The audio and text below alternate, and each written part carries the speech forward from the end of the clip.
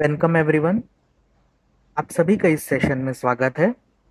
आज के इस सेशन में हम जानेंगे स्टॉक सिलेक्शन के बारे में और साथ ही वो स्ट्रेटजी जो हमें एक वैल्यू इन्वेस्टिंग करना सिखाएगी ताकि हम एक अच्छा रिटर्न मार्केट से गेन कर सकें। तो आइए शुरू करते हैं अपने इस लास्ट सेशन में स्टॉक सिलेक्शन की स्ट्रेटजी और वैल्यू इन्वेस्टमेंट स्ट्रेटजी के बारे में। स्टॉक सिलेक्शन के लिए कुछ क्राइटेरियाज हैं जो हमें ध्यान पे रखने होंगे। इनमें से कुछ क्राइटेरियाज हैं। डेट टू इक्विटी रेशियो, ये हमेशा 1 से कम होना चाहिए।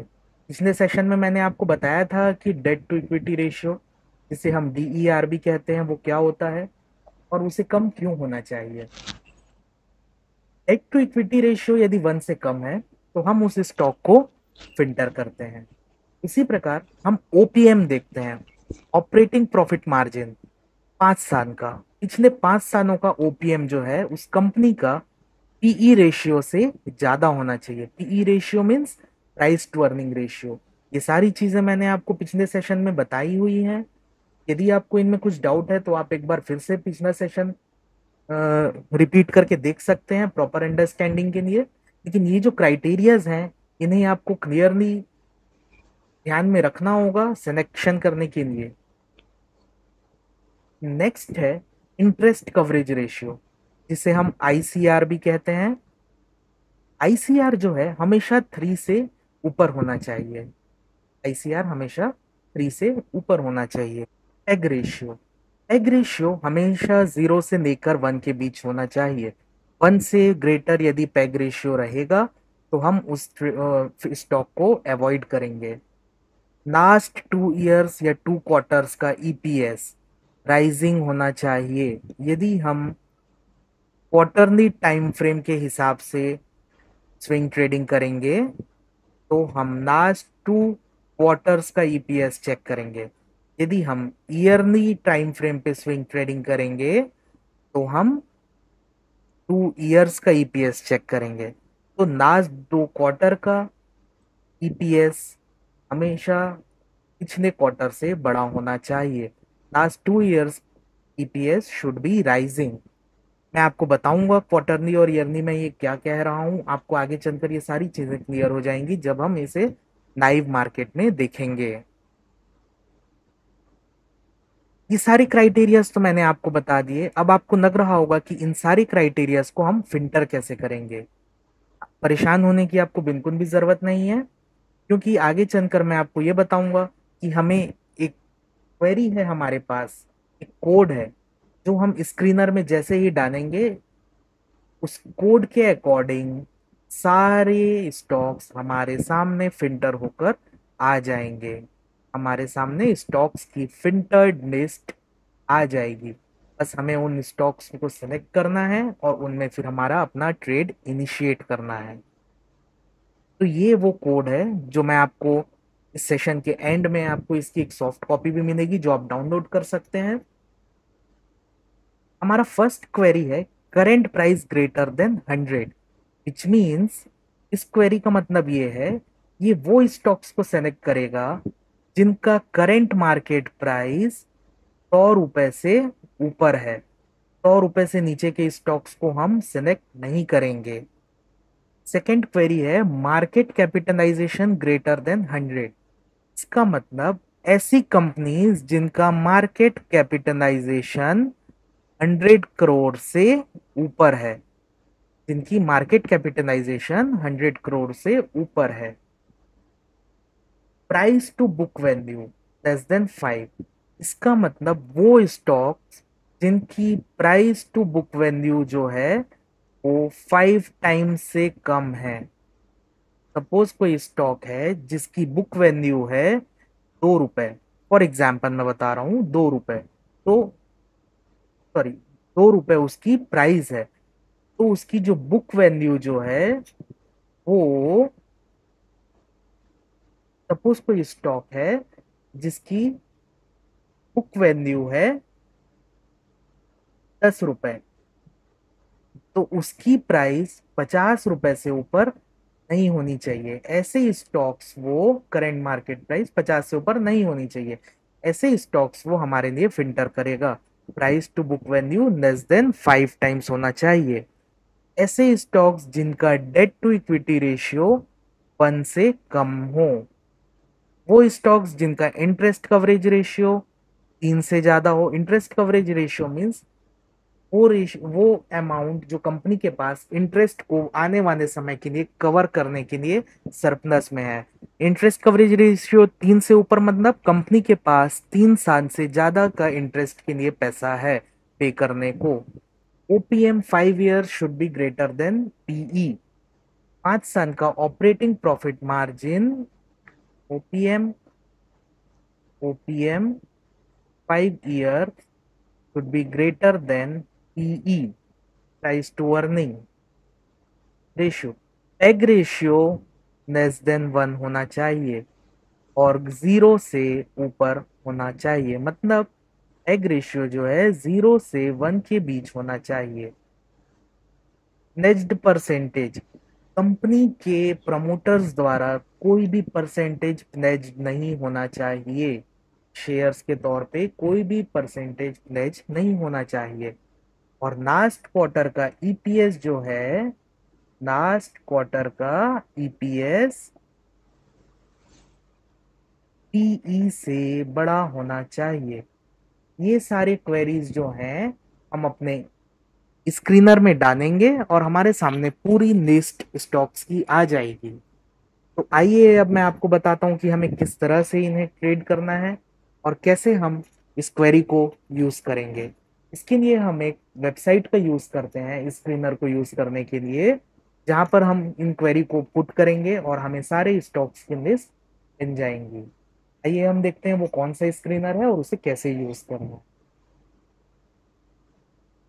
अब हम आ चुके हैं अपने स्क्रीनर स्क्रीन पे, जिसमें हमें स्टॉक्स के लिए क्वेरी को पुट करना है और हमें स्टॉक्स की लिस्ट मिलेंगी।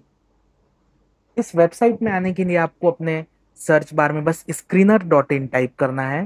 जैसे ही आप screener.in टाइप करके एंटर करेंगे, ये स्क्रीन आपके सामने ओपन हो जाएगा। यदि आप नए हैं तो आपको यहाँ पर साइन अप करना पड़ेगा। साइन अप बिल्कुल फ्री ऑफ कॉस्ट होता है, इसका कोई भी चार्ज नहीं है। आप यहाँ पर अपना साइन अप कर सकते हैं ईमेल आईडी के थ्रू। उसके बाद फिर आपको आना है स्क्रीन्स ऑप्शन पे। ये जो ऑप्शन आपको दिख रहा है, मैं इसे मार्क कर देता हूँ ताकि आपको क्लियर दिख सके। ये जो ऑप्शन दिख रहा है, इस पे आपको क्लिक करना है स्क्रीन्स पे। जैसे ही आप इसमें क्लिक करेंगे, आपके सामने कुछ ऐसा डैशबोर्ड ओपन होगा। हमें फिर यहाँ पर आकर डैशबोर्ड में क्रिएट न्यू स्क्रीन्स पे क्लिक करना है।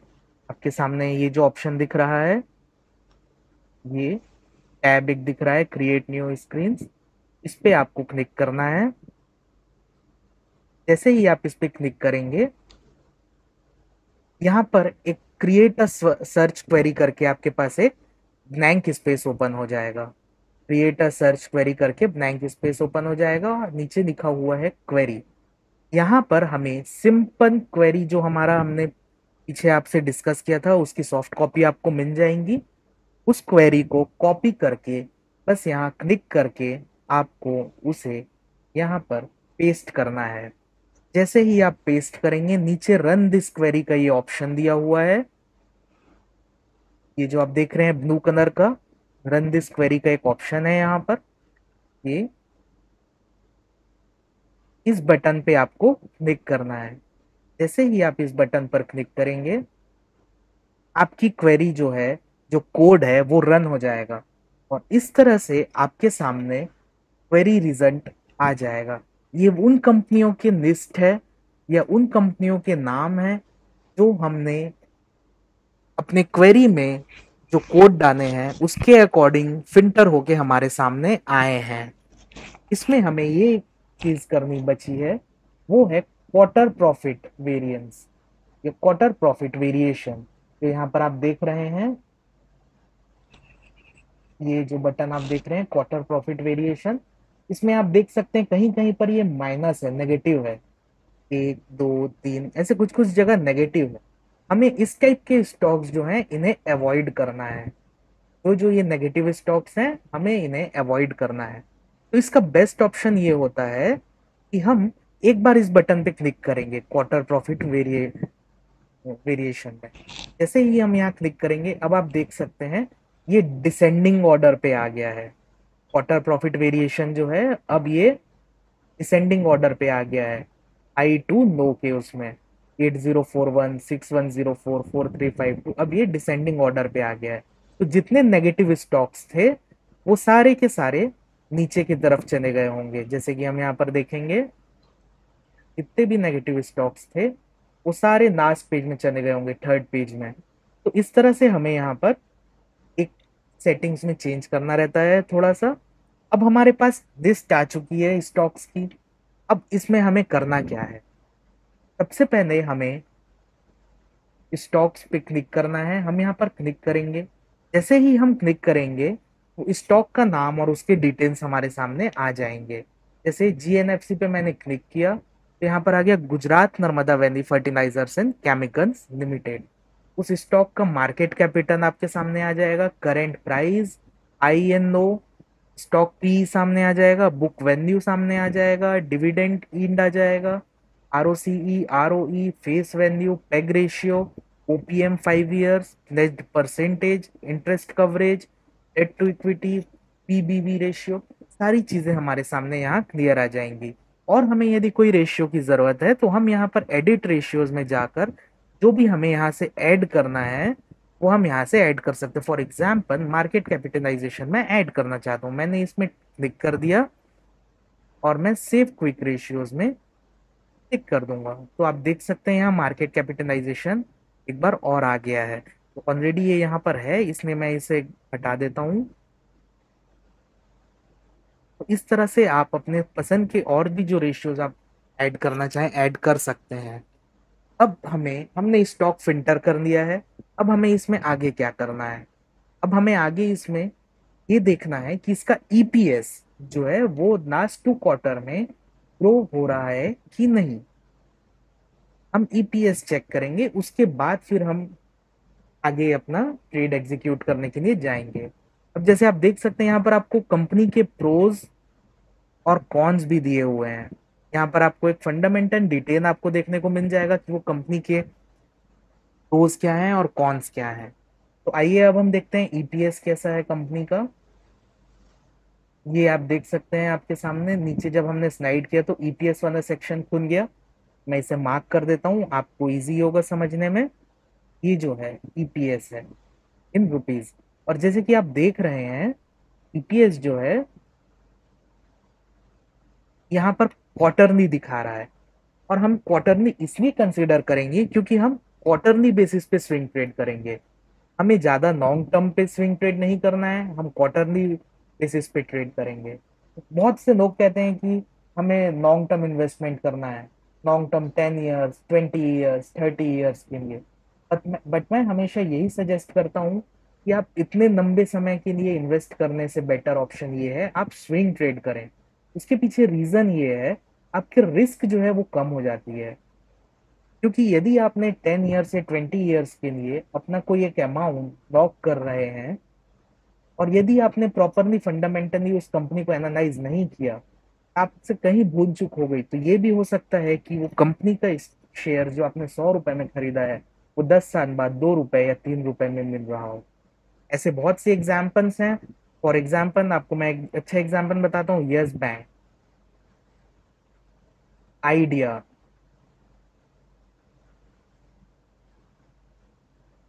रिलायंस पावर, रिलायंस नेवल, ऐसे बहुत से स्टॉक्स हैं जिसमें इन्वेस्टर्स के बहुत पैसे डूबे हैं, बहुत से पैसे बर्बाद हुए हैं सिर्फ इस वजह से क्योंकि उन्होंने लॉन्ग टर्म पर्सपेक्टिव के हिसाब से उसे सेलेक्ट किया था। कंपनी में क्या दिक्कत थी, कंपनी में कहीं कोई दिक्कत नहीं थी। बैलेंस शीट में कुछ दिक्कत थी, नहीं थी। दिक्कत थी मैनेजमेंट में। कई बार ये होता है कि हम मैनेजमेंट को सही तरह से एनालाइज नहीं कर पाते हैं। हम हो सकता है बैलेंस शीट अच्छे से एनालाइज कर लें, हो सकता है हम पी एंड एल स्टेटमेंट अच्छे से एनालाइज कर लें, कैश फ्लो प्रॉपरली एनालाइज कर लें, आने वाले क्वार्टर्स का प्रेडिक्ट भी कर लें, प्रॉपर बैलेंस शीट क्या हो सकता है, रेवेन्यू क्या हो सकती है, ग्रोथ क्या हो सकता है। But it is difficult to predict the management, how the management will work in coming 5 years or 10 years। आने वाले 5 या 10 सालों में मैनेजमेंट कंपनी का कैसा रहेगा, ये हम प्रेडिक्ट नहीं कर सकते। फाइनेंशियल्स को हम प्रेडिक्ट कर सकते हैं, but human engagement and human जो इन्वायरमेंट है, जो मैनेजमेंट की जो इन्वायरमेंट है, उसे हम प्रेडिक्ट नहीं कर सकते हैं। तो उस वजह से हम लॉस देख सकते हैं। इसीलिए मैं ये कहता हूँ कि यदि आप लॉन्ग टर्म इन्वेस्टमेंट करना चाहते हैं तो ऐसी कंपनीज में करें जो बहुत ही ज्यादा मार्केट कैपिटलाइजेशन के साथ हो और जो बहुत ही फंडामेंटली स्ट्रांग हो। फॉर एग्जांपल टीसीएस हो गया, रिलायंस इंडस्ट्रीज हो गई, विप्रो हो गई। ऐसे आपको फंडामेंटली जो जिनका मैनेजमेंट आप पिछले 20 साल 30 साल से देख सकते हैं, जिनका आप मैनेजमेंट ग्रोथ आप देख सकते हैं, ऐसी कंपनीज में आप लॉन्ग टर्म के लिए इन्वेस्ट करें। Otherwise the best option is to go for swing trading, जिसमें आप 1 या 2 महीना 3 महीना 4 महीना में अपना प्रॉफिट बुक करके आप निकल जाएंगे और फिर आप उस मनी को रोल ओवर कर सकते हैं दूसरे स्टॉक में सेलेक्ट करने के लिए या इन्वेस्ट करने के लिए। तो आइए अब हम बढ़ते हैं स्ट्रेटजी की तरफ। हमारी स्ट्रेटजी ये कहती है कि हमें ईपीएस पिछले 2 क्वार्टर में बढ़ता हुआ दिखना चाहिए। और जैसे कि आप देख सकते हैं मार्च 2021 में ईपीएस है 19.98 एंड जून 2021 में ईपीएस है 15.56। तो क्या हम इस स्टॉक में ट्रेड करेंगे? No, we will avoid this stock. हम इस स्टॉक को अवॉइड करेंगे। अगर इस तरह का कुछ रहता, ईपीएस 15.61 और 19.98, तब हम इस स्टॉक में ट्रेड करते। बट नाउ हम एज ऑफ नाउ इस स्टॉक में ट्रेड नहीं करेंगे। तो आइए हम देखते हैं दूसरा स्टॉक जिसमें हम ट्रेड कर सकते हैं, नाहर कैपिटल।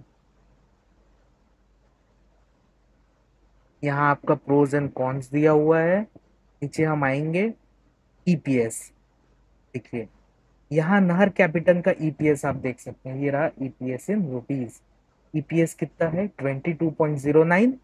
और उसके बाद वाले क्वार्टर में है, अभी करेंट क्वार्टर में 34.83। तो क्या हम इस स्टॉक में ट्रेड करेंगे? Yes, definitely we will look into Nahar capital. Nahar capital can be opted for swing trading. और जैसे आप देख सकते हैं नेट प्रॉफिट भी कंपनी का बढ़ा हुआ है, ईपीएस बढ़ा है उस वजह से। तो एक हमारा स्टॉक फाइनल हो गया, वो है नाहर कैपिटल। हम नाहर कैपिटल में बाइंग अपॉर्चुनिटी देखेंगे। इसी तरह हम और कुछ स्टॉक्स भी सिलेक्ट कर लेते हैं, फिर उसके बाद हम डायरेक्टली अपने वेबसाइट में जाएंगे जहां पर हमें ये चेक करना है कि कब हमें एंट्री और एग्जिट लेनी है। Dhansiri ventures limited.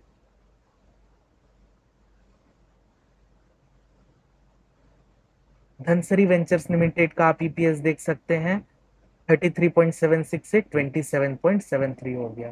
तो हम इस स्टॉक में नहीं ट्रेड करेंगे। हम इस स्टॉक में नहीं ट्रेड करेंगे। अगला है सुमाया इंडस्ट्रीज। इसका ईपीएस देखेंगे हम, इसका भी ईपीएस कम हुआ है, तो इसे भी हम लिस्ट से बाहर कर देंगे।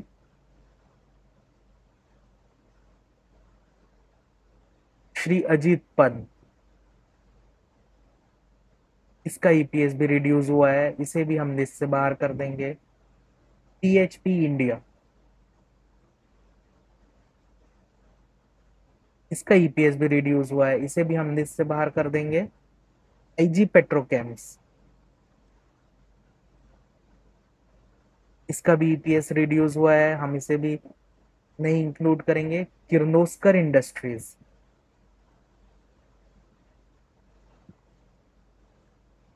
किर्लोस्कर इंडस्ट्रीज का ईपीएस बढ़ा है, 69.52 से 74.91 हुआ है। इसका प्रॉफिट भी बढ़ा है 67 से 73। तो अब हम इस स्टॉक को भी सेलेक्ट करेंगे हमारे ट्रेड के लिए। तो ये भी हमारी लिस्ट पे रहेगा, वॉच लिस्ट पे। पीके स्टील, इसका भी ईपीएस बढ़ा है। पीके स्टील का 16.86 से 26.48, क्योंकि इसका प्रॉफिट बढ़ा है 32 से 50। तो हम इसे भी अपने वॉच लिस्ट पे रखेंगे।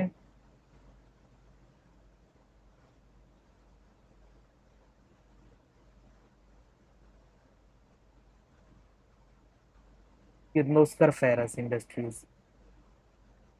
इसका भी ईपीएस बढ़ा है पिछले 2 क्वार्टर में 9.78 से 10.08, क्योंकि इसका प्रॉफिट 135 से 140 हुआ है। इसे भी हम वॉच लिस्ट पे रखते हैं, ये भी हमारे वॉच लिस्ट पे रहेगा। टाटा मेटलिक्स,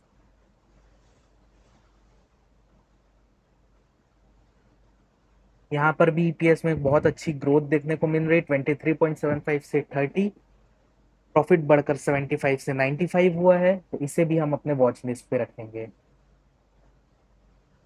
टाटा मेटलिक्स, और भी इसी तरह आप बहुत सारे स्टॉक्स हैं, इन्हें सिलेक्ट कर सकते हैं। आइए हम फिलहाल इन स्टॉक्स को वॉच करते हैं कि अब हमें इनमें करना क्या है।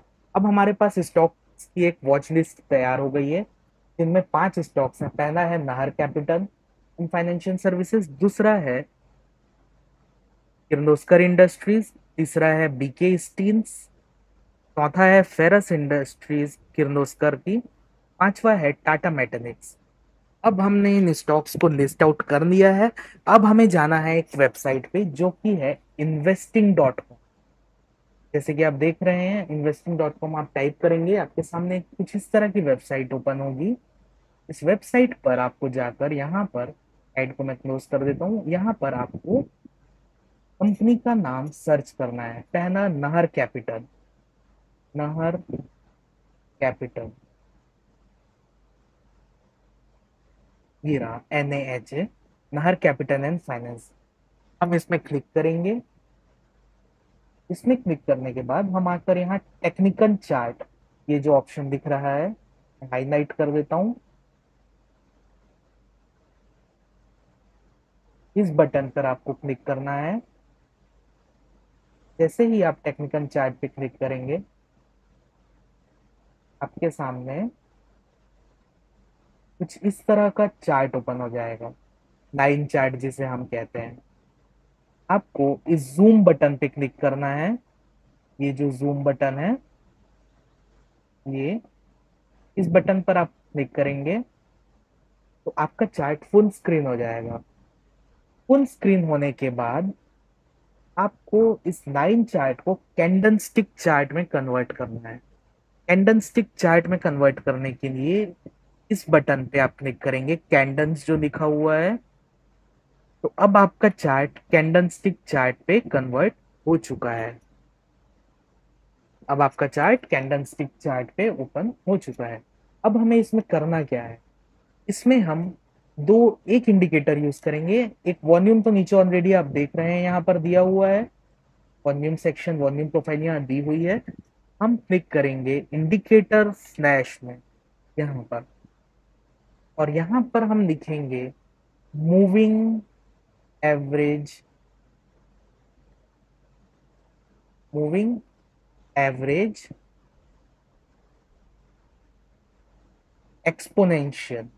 ये आपका आ गया मूविंग एवरेज एक्सपोनेंशियल। इस पे हम क्लिक करेंगे और इसे हम क्लोज कर देंगे। मूविंग एवरेज एक्सपोनेंशियल आपके सामने अब ओपन हो गया है। अब हम इसके सेटिंग्स में जाएंगे। यहाँ सेटिंग्स का जो ऐसा गियर टाइप का बटन दिख रहा है, फॉर्मेट लिखा हुआ है जो, उस पे हम क्लिक करेंगे। इसे हम 9 से कर देंगे 40, 40। मैं 9 को थोड़ा डार्क कर देता हूँ ताकि विजिबिलिटी क्लियर हो जाए आप लोगों के लिए। यहाँ हमने लेंथ को 40 कर दिया है और अब हम इसमें क्लिक कर देंगे ओके। अब हमारे पास मूविंग एवरेज एक्सपोनेंशियल चार्ट पे लग चुका है। अब हमने स्टॉक सेलेक्ट कर लिया, investing.com पे आकर उस स्टॉक की चार्ट ओपन कर लिए। हमारे पास अपना इंडिकेटर भी हमने लगा लिया। अब आप पूछेंगे कि हमें अब इसमें बाई कब करना है या सेल कब करना है। हमें उन स्टॉक्स को तब बाई करना है जब जब स्टॉक 40 मूविंग एवरेज के पास आएगा, 40 मूविंग एवरेज के पास आएगा या 40 एक्सपोनेंशियल मूविंग एवरेज पे सपोर्ट लेगा, तब हम बाई करेंगे, तब हम बाई करेंगे। और स्टॉप लॉस हम मूविंग एवरेज एक्सपोनेंशियल जो है उसके थोड़ा नीचे रखेंगे, बफर देकर। मैं आपको समझाऊंगा अच्छे से। बफर क्या होता है और हमें क्या करना है और कैसे अप्लाई करना है। जैसा मैं आप लोगों को बता रहा था कि हमें जब भी स्टॉक 40 मूविंग एवरेज पे सपोर्ट लेगा, हम उसे बाई करेंगे। स्टॉप लॉस हम उसके नीचे, मूविंग एवरेज के नीचे लगाएंगे बफर देकर। तो यहाँ पर तो इस स्टॉक में अभी उतना कुछ मूवमेंट दिख नहीं रहा है, क्योंकि कैंडल अब भी रेड है। भले ये हैमर पैटर्न टाइप का दिख रहा है, लेकिन यहाँ हमारा अभी ट्रेड कोई एग्जीक्यूट नहीं होगा। हम अपना नेक्स्ट स्टॉक अब ओपन करके देखते हैं, किर्लोस्कर इंडस्ट्रीज।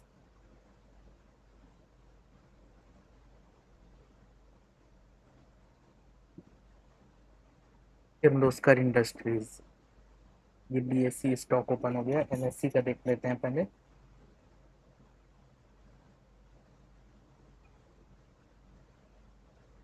ये रहा।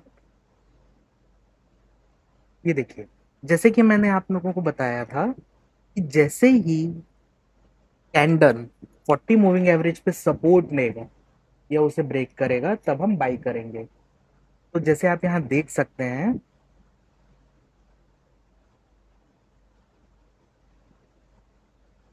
ये जो ग्रीन कैंडल आप देख रहे हैं, इसने यहाँ ब्रेकआउट दिया। एक बहुत बड़ा कैंडल यहाँ पर बना, लेकिन क्या इस कैंडल का हाई ब्रेक हुआ? नहीं हुआ। तो क्या हम यहाँ एंटर करेंगे? नहीं करेंगे। हम कब एंटर करेंगे? जब ब्रेकआउट कैंडल का हाई नेक्स्ट डे पे ब्रेक होगा। जब ब्रेकआउट कैंडल का हाई नेक्स्ट डे पे ब्रेक होगा, तब हम बाइंग करेंगे। मतलब हम हमेशा हाई के ऊपर बाइंग करेंगे। तो यहाँ क्या सिनेरियो हुआ, ये आपका 40 मूविंग एवरेज है, 40 ईएमए। यहाँ आपका ये ब्रेकआउट कैंडल है, ब्रेकआउट कैंडल ब्रेकआउट हुआ, लेकिन हाई ब्रेक नहीं हुआ। उसके बाद क्या हुआ, back to back red candles बननी शुरू हो गई। Back to back red candles बननी शुरू हो गई। और यहाँ पर आप देख सकते हैं, ये जो रेड कैंडल बनी, वो इस 40 मूविंग एवरेज पे लास्ट कैंडल जो है आकर सपोर्ट लिया। क्या रेड कैंडल 40 मूविंग एवरेज के नीचे क्लोज हुई यहाँ पर? नहीं, 40 मूविंग एवरेज के ऊपर क्लोज हुई। तो ये हो गई हमारी सपोर्ट कैंडल। ये हो गई हमारी सपोर्ट कैंडल, है ना। ये 40 मूविंग एवरेज पे सपोर्ट ले रही है, एक रिट्रेसमेंट के बाद हाई तो ब्रेक नहीं हुआ, तो हमारी यहाँ एंट्री ट्रिगर हुई नहीं। अब हमें वेट करना है सपोर्ट का 40 मूविंग एवरेज पे। तो ये कैंडल जो है आपकी 40 मूविंग एवरेज पे सपोर्ट ले रही है। तो अब हमारा बाइंग कहाँ पर ट्रिगर होता? इस कैंडल के हाई पर।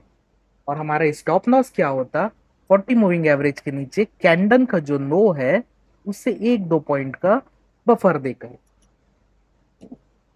तो ये हमारा हो जाता है स्टॉप लॉस, ये हमारी हो जाती एंट्री।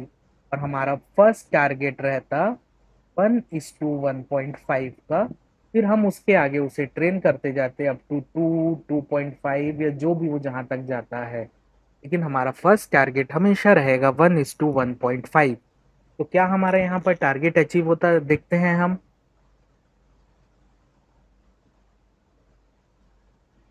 लॉन्ग की पोजीशन यहाँ क्रिएट होती, इस हाई पे हम बाई करते, ये हमारा स्टॉप लॉस रहता बफर देकर।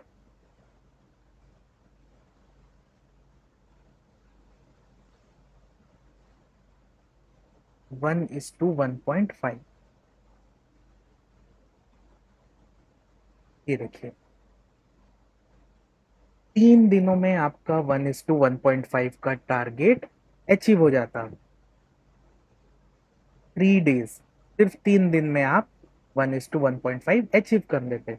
और यदि आप ट्रेन करते, तो हो सकता है आप 1:2 भी अचीव कर लेते। इस कैंडल पे, इस कैंडल पे आपका 1:2 का टारगेट 4 दिनों में अचीव हो जाता है। ये first day, second day, third day and fourth day. Fourth day में आपका, 4 डे में 1:2 का आपका टारगेट अचीव हो जाता है। तो इस तरह से हमें इस स्ट्रेटेजी को इम्प्लीमेंट करना है। एनी टाइम फ्रेम पे हम इसे यूज करेंगे। हम चाहे तो इसे वीकली भी यूज कर सकते हैं, मंथली भी यूज कर सकते हैं, लेकिन मैं प्रिफर करता हूँ डेली टाइम फ्रेम पे। डेली टाइम फ्रेम पे इसलिए प्रिफर करता हूँ क्योंकि इसमें स्टॉप लॉस छोटा रहता है, टारगेट स्टॉप लॉस के अकॉर्डिंग हम रखते हैं तो हमारा टारगेट अचीव भी जल्दी होता है। सपोज करें यदि आपने 10,000 रुपीज कैपिटल के साथ ये ट्रेड लिया होता, 10,000 रुपीज कैपिटल के साथ आपने कैश बाइंग की होती, तो आपका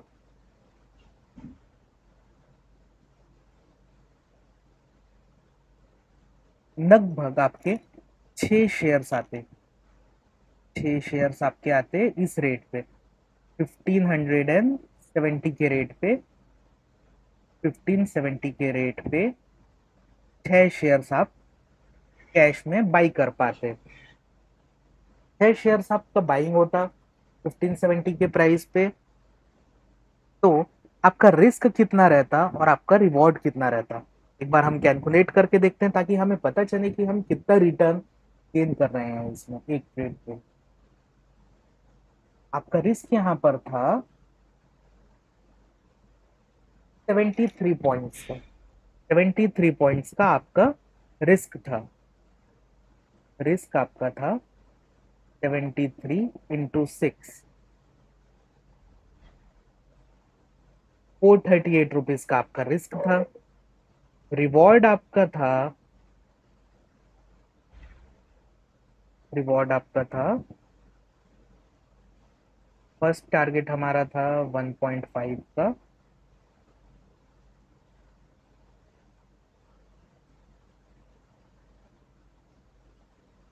अराउंड 110 रुपीज का, 110 × 6। इट मीन्स आप 10,000 रुपीज में 4 दिन में 660 रुपीज आप रिटर्न अर्न कर रहे हैं। यदि परसेंटेज के टर्म में बात करा जाए तो 6.6% इन 4 डेज, 6.6% इन 4 डेज। और आपको ये भी अच्छे से जानकारी होगी कि अभी फिक्स डिपॉजिट का रेट ऑफ इंटरेस्ट चल रहा है 5% पर एनम। जितना आपका 1 साल का फिक्स डिपॉजिट पे रेट ऑफ इंटरेस्ट है नॉर्मल सिटीजन के लिए, सीनियर सिटीजन के लिए 0.5% ज्यादा होगा। 1 ईयर का फिक्स डिपॉजिट का रेट ऑफ इंटरेस्ट मतलब आपको इंटरेस्ट जो मिल रहा है वो मिल रहा है 5%। और यहाँ आप सिर्फ 4 दिन में 6% रिटर्न अर्न कर रहे हैं, 6% रिटर्न इन 4 डेज। तो ये इस स्ट्रेटजी की ब्यूटी है, खासियत है। आइए अब हम और स्टॉक्स देखते हैं बेटर क्लैरिटी और अंडरस्टैंडिंग के लिए। किर्लोस्कर के बाद अब आएंगे हम पीके स्टील इंडस्ट्रीज। पीएससी स्टॉक है तो हम उसमें उतना ध्यान नहीं देंगे, लेकिन देखना चाहे तो हम देख सकते हैं वैसे। लेकिन एनएससी स्टॉक्स में क्या है, वॉलेटिलिटी अच्छी रहती है तो मूवमेंट हमें अच्छा मिल जाता है दोनों तरफ लिस्ट होने की वजह से। तो हम बीएससी स्टॉक को हम अवॉइड करते हैं फिलहाल के लिए। किर्लोस्कर फेरस इंडस्ट्रीज ये है एनएससी स्टॉक। आइए हम देखते हैं Kirloskar ferrous industries. Kirloskar ferrous ये रहा।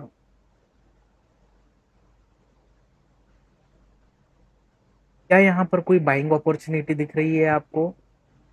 नहीं दिख रही है, लेकिन यहाँ पर मुझे एक अपॉर्चुनिटी दिख रही थी शॉर्टिंग की। यदि आप फ्यूचर्स में ट्रेड करते हैं तो आप ये कर सकते थे, इस कैंडल के लो पर आप फ्यूचर्स का एक लॉट शॉर्ट करते, फ्यूचर्स का एक लॉट शॉर्ट करते कैंडल के हाई के थोड़ा सा ऊपर, यहाँ पर आप स्टॉप लॉस लगाते और आपका टारगेट रहता 1:1.5।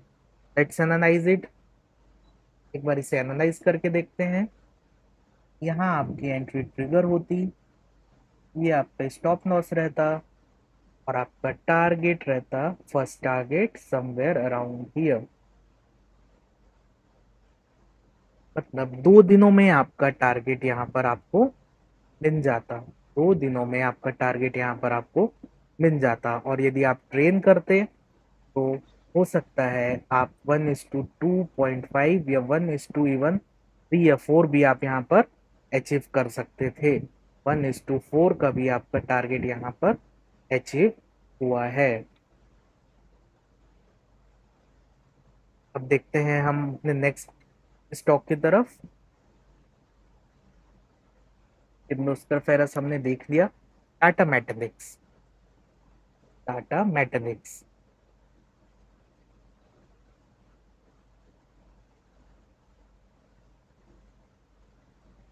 देखिए कितना अच्छा यहाँ पर आपको मूवमेंट कैप्चर होता।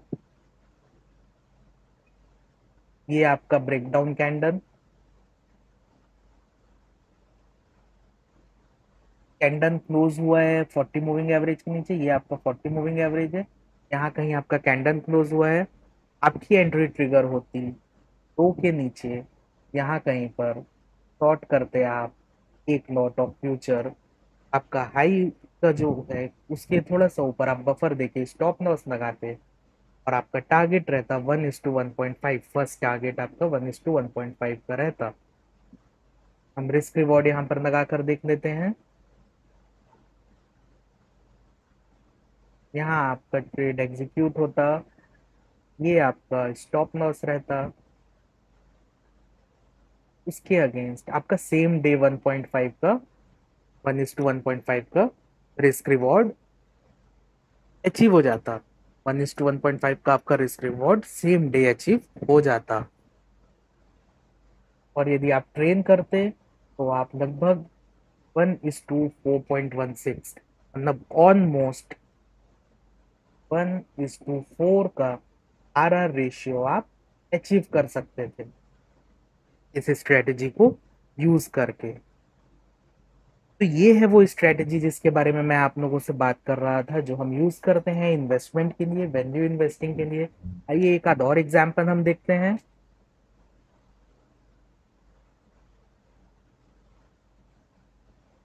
NG Balakrishnan, NG Balakrishnan, NG बाला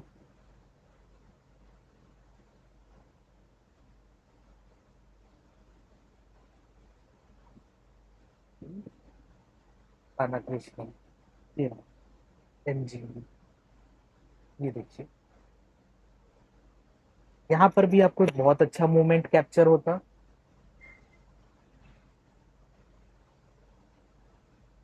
ये आपका ब्रेकडाउन कैंडल,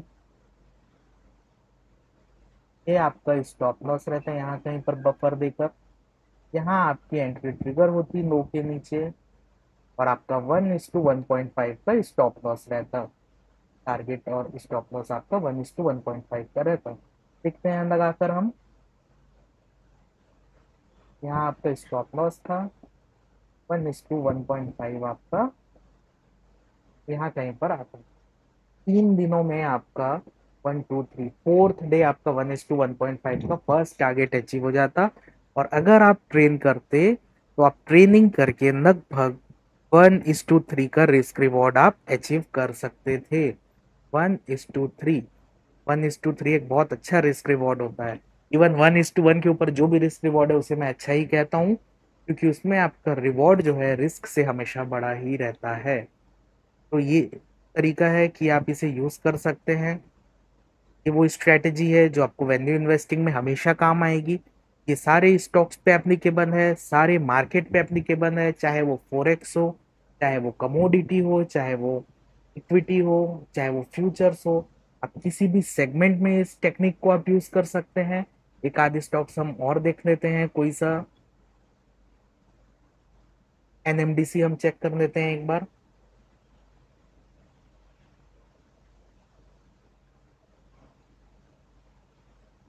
पहले हम एनएमडीसी का ये देख लेते हैं कि उसमें ईपीएस कैसा है।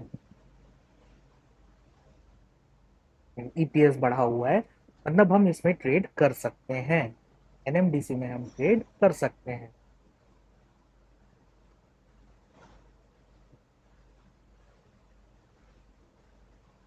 ये आपका ब्रेकडाउन कैंडल, यहाँ कहीं आपका स्टॉप लॉस 1:1.5 समवेयर आपका इधर कहीं पर अचीव हो गया होता। रिस्क रिवॉर्ड लगाकर हम एक बार देखते हैं। ब्रेकडाउन, स्टॉप लॉस,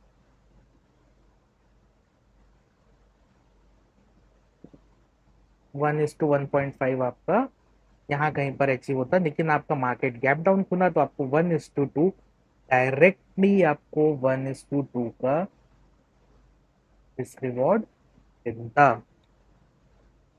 और यदि आप ट्रेन करते तो मुझे लगता है यहाँ पर आप 1:4 के अराउंड भी रिस्क रिवॉर्ड देख सकते हैं। Yes definitely even more than 1:4.5 भी आपको यहाँ पर मिल सकता था।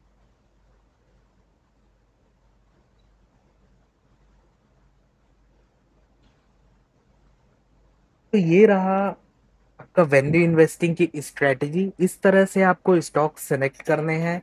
मैंने आपको इस सेशन में अच्छी तरह से बताया कि क्या रेशियोज हमें कंसीडर करना है, उनकी वैल्यूज क्या होनी चाहिए। कोड्स आपको बताए जो हमें स्क्रीनर में यूज करना है, इस तरह से उन्हें स्क्रीनर में फीड करना है, और हमें जो आउटपुट मिलेगा उसमें हमें क्या चेक करना है, ईपीएस को कैसे रीड करना है, ईपीएस की वैल्यू के बेसिस में हमें फिर कौन सा साइट है जिसमें हम जाकर हम इंडिकेटर अपना लगा कर सेलेक्ट कर सकते हैं कब हमें ट्रेड करना है और कब हमें एग्जिट एग्जिट करना है। तो ये सारी चीजें हमने आज के इस सेशन में कवर की। आई होप आप लोगों को सारी चीजें क्लियरली समझ में आ गई होंगी। मैं उम्मीद करता हूँ कि आप लोगों को ये स्ट्रेटजी अच्छे से समझ में आई होगी, और ये स्ट्रेटजी आप लोगों को बहुत हेल्प करेगी एक अच्छा रिटर्न, एक अच्छा वेल्थ क्रिएट करने के लिए।